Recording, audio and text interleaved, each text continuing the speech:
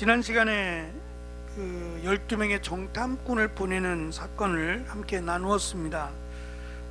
그런데 이 12 정탐꾼을 보내는 사건과 또 신명기의 40년을 돌아보면서 기록한 신명기의 내용을 비교해서 보면 정탐꾼을 보낸 것은 하나님께서 원해서 보낸 게 아니다 라고 말씀을 드렸어요. 하나님께서는 그 땅을 차지하라고 이미 하나님이 예약해 놓은 것처럼 이스라엘 백성들에게 허락하신 땅이었는데, 이스라엘 백성들은 적과 꿀이 흐르는 땅은 마음에 들지만 눈에 보이잖아요. 지금 그 29절에 있는 것처럼 아말렉인은 남쪽, 헤딘과 여부스인과 아모리인은 북쪽 산지에 거하고 가나안인은 서쪽 해변과 요단가 동쪽에 거하더이다, 이 말이에요. 그러니까 눈만 돌리면 동서남북에 다 대단한 사람들이 거기 있는 거예요. 그러니까 사람들만 대단한 게 아니라 지금까지 이스라엘 백성들은 성읍이라는 걸 지어본 적이 없어요. 성 자체를 지어봤겠습니까? 애굽에 살 때도 그랬고, 이 견고한 성읍이라고 하는 것은 자기들을 종으로 삼았던, 노예로 부렸던 애굽에서나 볼 수 있는 거예요. 그러니까 그만큼 그들은 강하고 견고한 성읍을 가진, 어디를 둘러봐도 동서남북 어디에도 그들이 살더이다. 근데 이 말이 사실은 틀린 말이 아니에요. 말씀을 준비하면서 그 생각이 문득 났어요. 하나님께서 모세를 80에 부르시죠. 어떻게 생각하면 왜 80에 부르셨을까? 기억나시죠? 왜 80에 불렀는지. 모세는 40살에 자기가 히브리인인 걸 알았다 그랬어요. 어릴 적부터 다른 걸 아니까 히브리인이고, 또 어머니의 젖을 먹으면서 자기가, 하나님께서 자기를 애굽의 왕자로 세우신 이유와 목적을 깨달았다 그랬어요. 그것은 이스라엘 백성들을 애굽에서 구원하는 일을 하라고. 이제 그 사명을 가지고 모세는 열심히 준비했을 거예요. 그리고 40이 되었을 때 이제 이 꿈을 펼치기 위해서 이스라엘 백성들이 사는 고센 땅으로 갔다 그랬어요. 그리고 이제 그것을 이스라엘 백성들에게 알리고 서로 준비해서 이스라엘 백성들을 애굽에서 구원하기로 그렇게 철저하게 준비를 하고 갔는데, 이게 그냥 한순간에 와르르 하고 무너졌어요. 애굽 군사가 이스라엘 백성들을 친 것을 참지 못하고 가서 애굽 군사를 쳤더니 죽어버렸어요. 그를 모래로 덮어놨는데 고자질을 해버렸어요. 근데 그 고자질이라는 게 애굽 군사를 죽였기 때문에 고자질이 아니라 이스라엘 백성들의 반역이요, 모세가 이스라엘 백성들을 애굽에서 도망시키려고 한다, 탈출시키려고 한다라고 하는 것에 대한 고자질이었어요. 그래서 모세는 그 자리에서 이 반역죄로 죽임을 당할까봐 멀리 도망치게 되고, 그때가 40이었어요. 40년이 지났어요.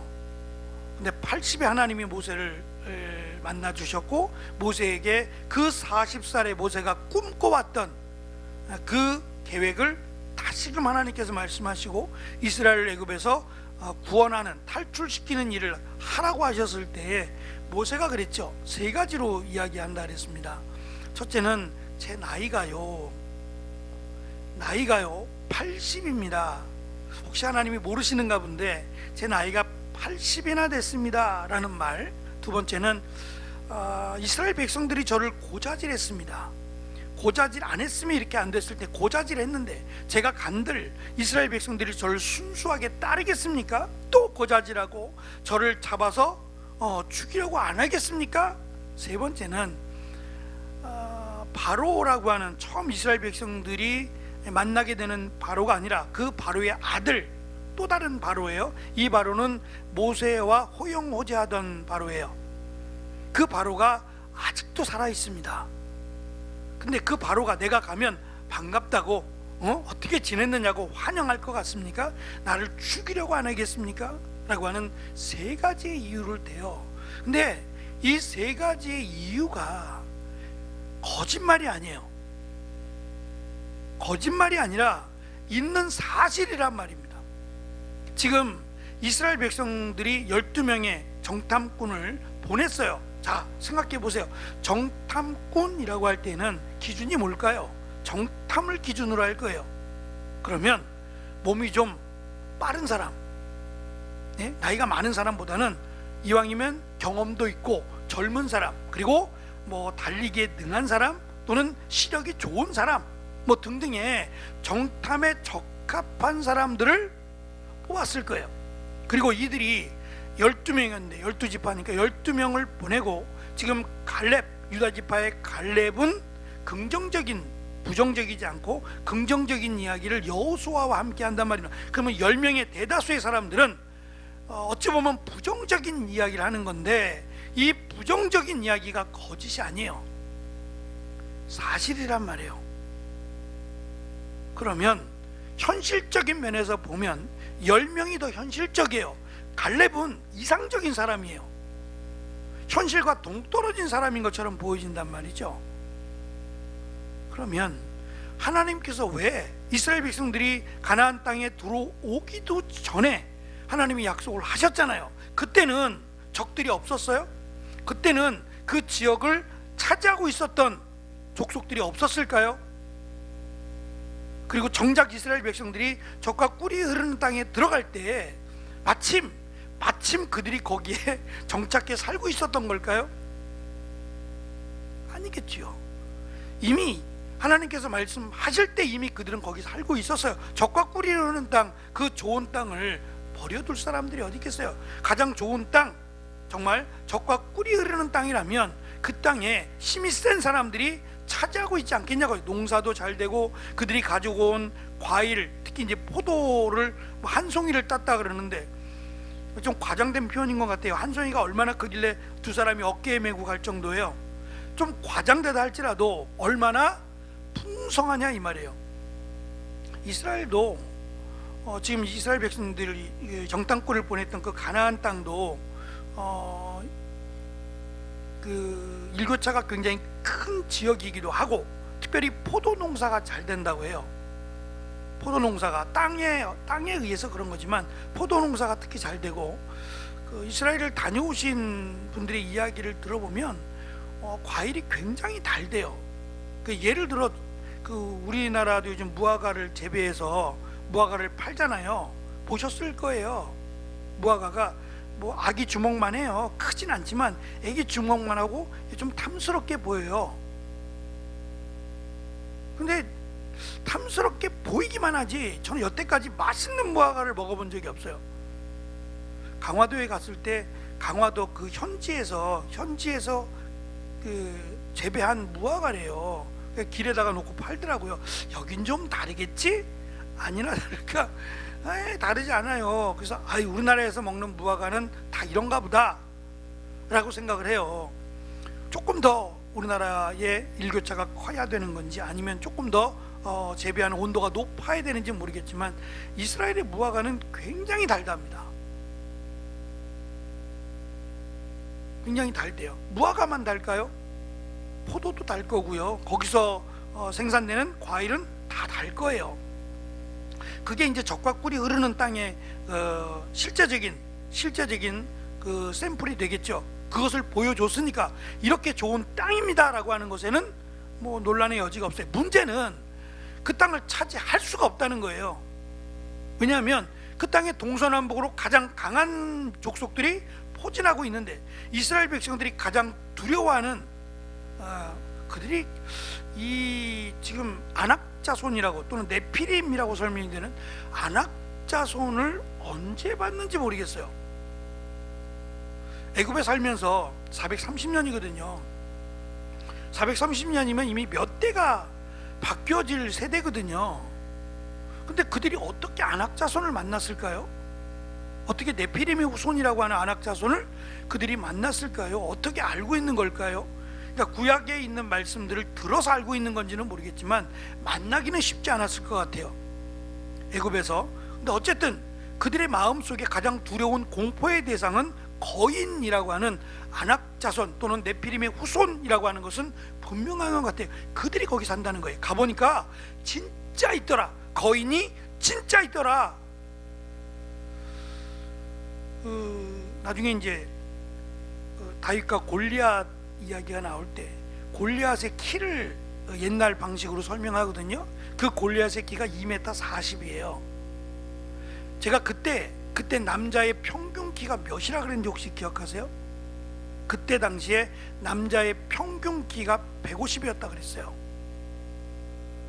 150이 그때 남자의 평균 키예요. 그럼 2m 40은요? 거의 두 배는 아니지. 두 배는 아니지만 느낌상 두 배. 그러지 않겠어요? 2m 40이면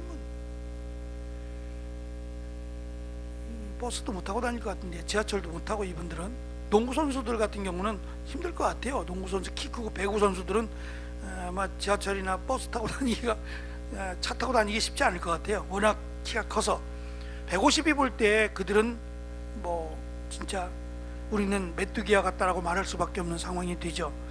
어쨌든 지금 현실적인 문제에 도달을 했고요. 이들이 말하는 것은 지극히 현실적인 것이고 사실이에요.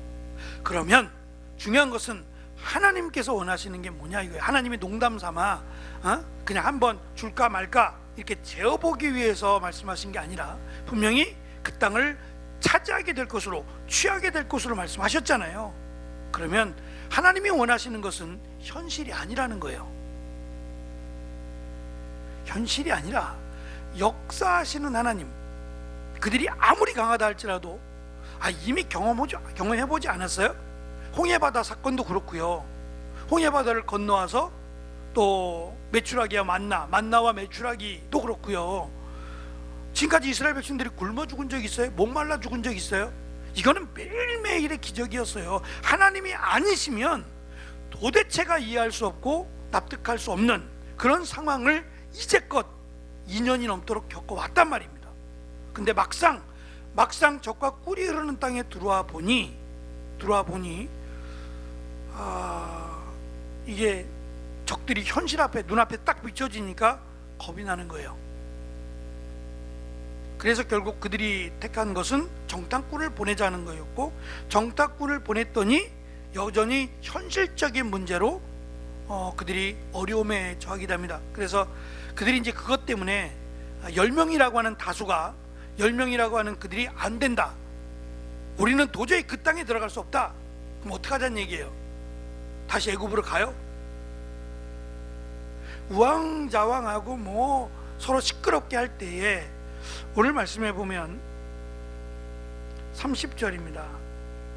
갈렙이 모세 앞에서 백성을 안돈시켜 가로되, 그들을 추스리게 한 뒤에, 조용히 하라고 한 뒤에 갈렙이 이야기합니다. 지금 우리가 올라가서 그 땅을 차지하자, 능히 이기리라. 이 말이 갈렙의 말이에요? 하나님의 말씀이에요? 하나님의 말씀이에요. 갈렙은 그 하나님의 말씀을 기억했던 거예요. 기억해서 하나님이 이렇게 말씀하셨으니 말씀대로 가자, 가서 그 땅을 취하자, 하나님이 이기게 하시리라 라고 말을 했어요. 그 말을 하자 이제 또 31절부터 다시 이야기합니다. 죽는다고, 가면 죽는다고. 레위기서에 보면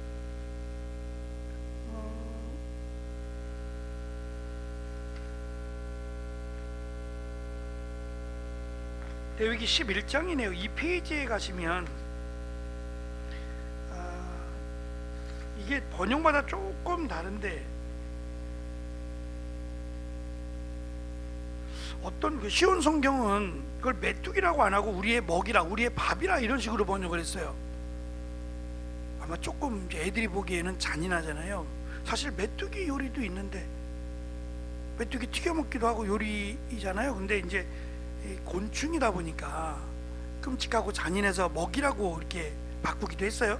어쨌든 레위기 11장에 보면 사람이 먹을 수 있는 가장 작은 곤충이 메뚜기입니다. 그러니까 우리는 그것밖에 안 된다는 거예요. 잡아 먹힐 수밖에 없는 아주 작은 곤충인 메뚜기로 표현을 한 것뿐이지 다른 의미는 없어요. 그러니까 가면 우리는 그들의 먹이가 될 뿐이다 라는 식으로 강조를 했습니다. 이 페이지 맨 위에 가시면 그 당시 가나안 성벽의 높이가 9에서 15m, 뭐 똑같진 않으니까, 성벽이라고 해서 똑같은 높이는 아니니까 조금 더 높은 곳, 예를 들면 파수대가 있는 곳이라든지 그러면 조금 더 높을 텐데 그 높이가 9에서 15m가 된대요. 그럼 대단하잖아요. 15m나 되는 성벽이라면 그렇게 높이 쌓은 이유가 있겠죠. 2, 3m도 아니고 15m나 되는 성벽을 쌓았다면 그들의 기술력도 대단하지만 또 폭이 4에서 5m, 그러니까 사람이 걸어 다닐 수 있을 정도가 되는 거예요. 폭이 4, 5m가 되니까 이건 뭐 거의 길에 해당되죠. 여기 의자 한 5칸도 넘을걸요. 여기 끝까지 가야 되겠네요. 여기서부터 4, 5m면 뭐 여기서 뛰어다녀도 넘어지지 않을 만큼 굉장히 견고하게 쌓은 거예요. 높이가 15m, 너비가 4, 5m 되는 그 성벽이 안으로 무너져서 그 여리고 사람들이 죽었다고 생각하면 무너질래야 무너질 수 없는 성벽이에요. 너무도 견고해서 이건 도무지 상대할 수 없는, 그러니까 뭐 성벽을 부순다든지 이런 것은 조금 더 생각할 수 없는 그런 상황이었던 거죠. 갈렙이 이렇게 확고하게 이야기할 수 있었던 것은 갈렙의 믿음이 지금 이 10명의 부정적인 말을 하는 정탐꾼들 때문에 갈렙이 한번 그냥 해본 말이냐, 다 부정적으로만 말하니까 그래도 긍정적인 말할 사람이 있어야 되지 않느냐라고 해서 말한 것은 아니었다는 거예요. 참고로 3페이지 밑에 보시면 여호수아 14장 6절부터 12절에 이때 갈렙이 모세가 갈렙을 보낼 때의 나이가 40이에요. 갈렙을 보낼 때의 나이가 40이고 지금 여호수아서 14장에서 이 헤브론 성읍을 차지하게 되는, 땅을 분할받아서 차지하게 되는 이때가 85세예요. 그러니까 여호수아서 지금 14장에 있는 이 내용은 45년이 지나서의 내용이라고 이해하시면 돼요. 그리고 지금 우리가 살펴보는 정탐하러 가는 여호수아는 정탐하러 가는 갈렙은 40. 제가 여호수아라 그랬나요? 정탐하러 가는 갈렙은 40, 그리고 여호수아서의 14장에서 나오는 갈렙은 85세, 45년이 지난 내용인데요. 같이 볼게요. 이 페이지 맨 밑에 때에부터 한번 같이 읽겠습니다. 시작. 때에 유다 자손이 길갈에 있는 여호수아에게 나오고 그니스 사람 여분네의 아들 갈렙이 여호수아에게 말하되 여호와께서 가데스 바네아에서 나와 당신에게 대하여 하나님의 사람 모세에게 이르신 일을 당신이 아는 바라. 내 나이 40세에 여호와의 종 모세가 가데스 바네아에서 나를 보내어 이 땅을 정탐케 하므로 내 마음에 성실한 대로 그에게 보고하였고 나와 함께 올라갔던 내 형제들은 백성의 간담을 높게 하였으나 나는 나의 하나님 여호와를 온전히 쫓았으므로 그날에 모세가 맹세하여 가로되 내가 나의 하나님 여호와를 온전히 쫓았은즉 내 발로 밟는 땅은 영영이 너와 내 자손의 기업이 되리라 하였나이다. 이제 보소서, 여호와께서 이 말씀을 모세에게 이르신 때로부터 이스라엘이 광야에 행한 이 45년 동안을 여호와께서 말씀하신 대로 나를 생존케 하셨나이다. 오늘날 내가 85세로 돼 모세가 나를 보내던 날과 같이 오늘날 오히려 강건하니 나의 힘이 그때나 이제나 일반이라. 싸움에나 출입에 감당할 수 있사온즉 그날에 여호와께서 말씀하신 이 산지를 내게 주소서. 당신도 그날에 들으셨거니와 그곳에는 아낙 사람이 있고 그 성읍들은 크고 견고할지라도 여호와께서 혹시 나와 함께 하시면 내가 필경 여호와의 말씀하신 대로 그들을 쫓아내리이다. 그러니까 40살에 정탐을 하고 결국 40년을 유지하잖아요.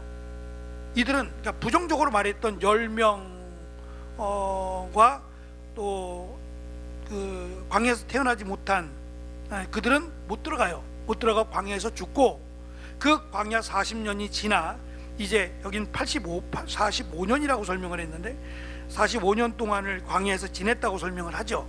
40년이 지나고 나서 지금 85세가 되었어요. 85세가 됐을 때 약속한 땅을 지금 분할받았어요. 그리고 그 땅, 지금 아낙 자손이 살고 있다고 한 헤브론 땅인데 그 땅을 달라는 거예요. 내가 그 땅을 아까 치러 올라가겠다 그랬잖아요. 치러 올라가겠다 그랬는데 못 쳤잖아요. 치러 올라가지 못해요. 그리고 40년 동안 유리를 같이 방황하고 돌다가 40년이 지나 이제 85세가 돼 있을 때 그 땅을 여호수아를 통해서 하나님이 땅을 이렇게 분할하게끔 12지파에게 나눠주게끔 하실 때에 헤브론 땅을 받게 돼요. 이 땅만 받는 건 아닙니다만 갈렙에게 이 땅을 줘요. 그래서 갈렙이 이 땅을 차지하리라, 하나님께서 나와 함께 하시면 내가 그들을 쫓아내고 그 땅을 차지하리라고 말합니다.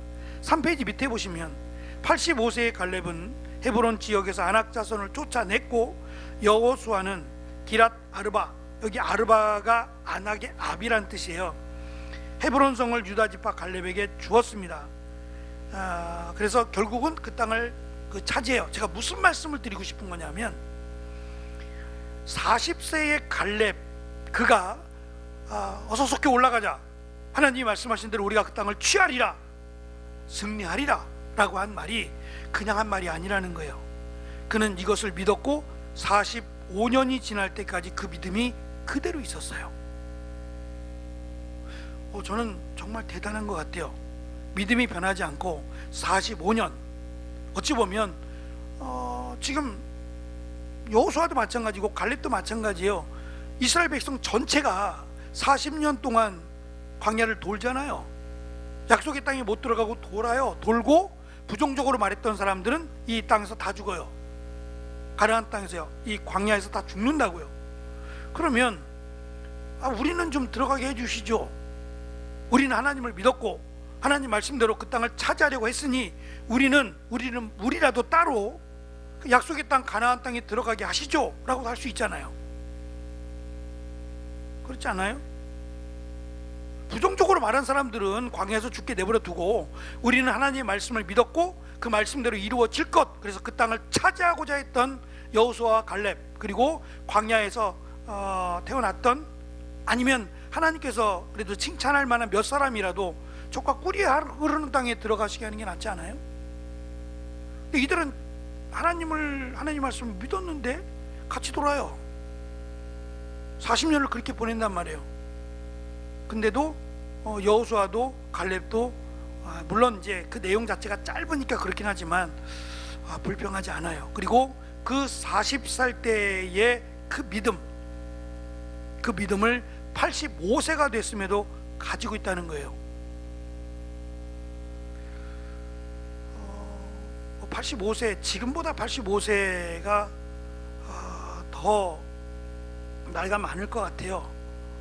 왜냐하면 그 시편에서도 강조하는 것처럼 강건하면 80이라고 얘기한 걸 보면 예전에 우리는 그거보다 못했지만 지금 우리가 생각하는 것보다 좀 덜하지 않았을까. 지금 90세, 100세를 바라보는 시대에 우리가 살고 있으니까 80세라 그러면 뭐 그렇게 정정하다라고 말은 할 수 없을 것 같아요. 나이가 50이 넘어가면 새로운 거에 대한 두려움이 있대요. 새로운 것을 시작하려고 할 때에 이게 내 마지막일지도 모르는데 라고 하는 두려움이 있대요. 근데 젊을 때는 안 그러잖아요. 젊을 때는 실패하고 그러면 다른 거 하면 되지, 또 일어나면 되지, 7.8기 이렇게 생각을 한답니다. 근데 나이가 점점 들수록 7.8기는커녕 한번 주저앉으면 일어나기 힘들걸 이라고 하는 생각이 크대요. 지금 40세 살 때의 믿음을 85세에 갖고 있다는 것은 이건 정말 대단하죠. 물론 하나님께서 그 광야 생활 가운데도 하나님이 함께 하셨고 하나님이 그들을 지켜주셨으니까 라고 말할 수도 있겠지만, 그러면 이스라엘 백성들 다 그만한 믿음이 있어야 되잖아요. 근데 그렇지 못한 것을 보면 이것도 은혜다. 그래서 어르신들, 이렇게 나이 드신 분들이 믿음을 가지고 계신 걸 보면 참 대단하다는 생각이 들어요.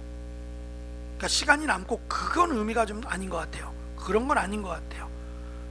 그래도 끝까지 믿음을 지키고 살아간다는 건 쉬운 일은 아니지만 분명히 우리도 생각하고 본받아야 될 것은 아닌가라고 하는 그런 그 마음이 생겼어요. 나이가 80이 됐을 때 우리 모두 80이 됐을 때 지은정 자매하고 강건이만 빼고는 거의 지금 50 넘어갔잖아요. 다 비슷하시잖아요. 그러니까 우리 80이 됐을 때도 이 믿음으로, 80이 됐을 때도 이 믿음, 아니 이 믿음보다 더 좋은 믿음으로 하나님 앞에 설 수 있었으면 좋겠습니다. 아멘. 정탐꾼들은 우리가 능히 올라가서 그 백성을 치지 못하리라 라고 말합니다. 굉장히 현실적이죠. 하나님께서 원하시는 것은 현실이 아니었어요. 몰라서 그런 게 아니니까 현실이 아니었어요. 현실을 넘어서는 믿음을 원하셨던 거죠. 실제로 보면 이기지 못하죠. 이스라엘 백성들이 뭐가 있어요? 군인도 없고 무기도 없고 이제껏 걸어만 다닌 사람들이 뭐 할 수 있겠어요? 그러니까 이 상태라면 분명히 질 거예요. 이 상태라면 하나님께서 원하시는 것은 그들의 전쟁이 아니라 하나님께서 하실 것이라고 하는 믿음이었죠. 정탐꾼들은 더 나아가서 그 땅을 거주민을 삼키는 땅, 32절에 보시면 악평하여, 탐지한 땅을 악평하여라고 번역을 했는데요. 땅을 악평하다라는 얘기가 그 땅의 소산물이 좋고 풍성하고 이것을 악평했다는 게 아니에요. 그 땅은 저주받은 땅이란 얘기예요. 이건 하나님에 대한 도전이에요. 하나님은 젖과 꿀이 흐르는 땅, 축복의 땅을 말씀하셨어요. 근데 자기들이 그 주변에 동서남북에 살고 있는 사람들을 보니까 그 땅은 저주받은 땅이라는 거예요. 우리를 잡아먹을 땅. 이게 하나님에 대해서 어떻게 생각하는가? 하나님은 우리에게 분명히 축복을 주시겠다고 약속하셨는데 이들은 현실을 바라보고 이 땅을 저주의 땅이라고 불러요. 하나님이 우리를 저주 가운데 몰아넣었다고 말하니 하나님이 이걸 어떻게 생각하시겠냐고요. 믿음이 없는 자들의 모습은 그렇다는 거예요. 하나님 말씀을 믿지 않습니다. 믿지 않을 뿐만 아니라 지금껏 그랬듯이 원망을 하죠. 왜 우리를 이 땅으로 보내셨냐고요. 결국 이들의 문제는 이 보고 자체가 처음부터 정탐꾼이 없었더라면, 정탐을 보내지 않았더라면, 그냥 말 그대로 말씀대로 쳐서 올라갔더라면 하나님이 어떻게 역사하실지 몰라요. 그러니까 첫 단추가 잘못 껴졌어요. 정탐이라는 걸 하지 말았어야 돼요. 물론 어떤 면에서는 우리가 그 기드온 사건 기억나시나요? 기드온이 믿음이 없어서 하나님의 약속을 믿지 못하고 양털 사건 기억하시죠? 비가 와서 아침에 나갔을 때 양털만 젖지 않기를, 양털입니다. 양털만 젖지 않고 주변은 흥건하게 젖을 수 있도록. 근데 그렇게 됐어요? 그랬더니 한 번 더, 이번엔 반대로 양털만 흥건하게 젖고 이 주변은 바짝 마르도록. 그 두 번에 걸쳐서 기도한 후에야 순종하는 모습을 보죠. 근데 그 가운데서 하나님은 기드온을 책망하지 않아요. 얘 믿음은, 죄송해요, 기드온의 믿음은 이거밖에 안 돼요.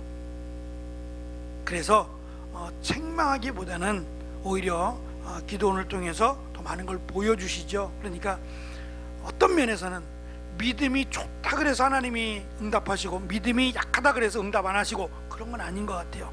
오히려 믿음이 약하기 때문에 더 응답하실 때도 있어요.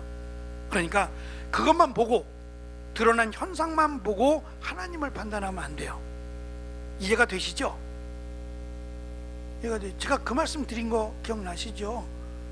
어느 그 성도가, 의정부에 살던 성도가 저 철원까지 와가지고 교회를 다니는데, 전도가 돼서 교회를 다니는데 이제 문제가 좀 심각했나 봐요. 산적한 문제가 있어서 이걸 어떻게 하면 해결할 수 있을까, 어떻게 기도해야 하나님이 응답하시나요? 라고 물었고, 사모님은 그냥 지나가는 말로 주기도문 100번, 사도신경 100번.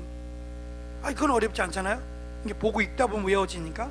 그래 정말 하루에 100번씩 사도행전 100번, 그 다음 날은 주기도문 100번 이렇게 했더니 응답이 되었더라, 이거 아니에요.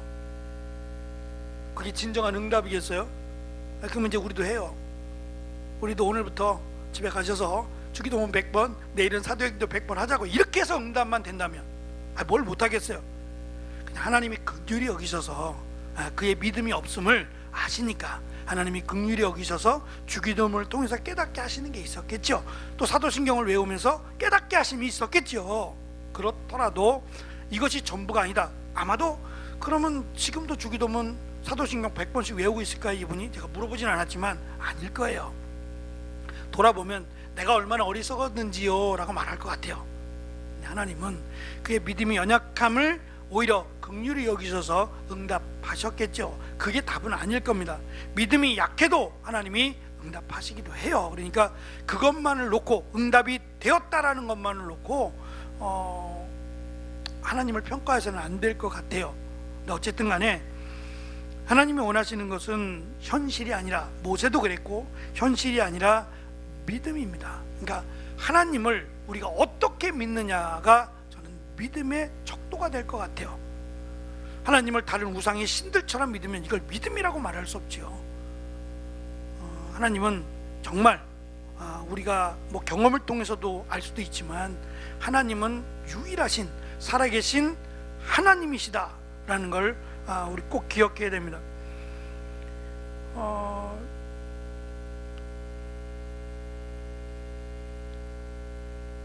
그 33절인가요? 지금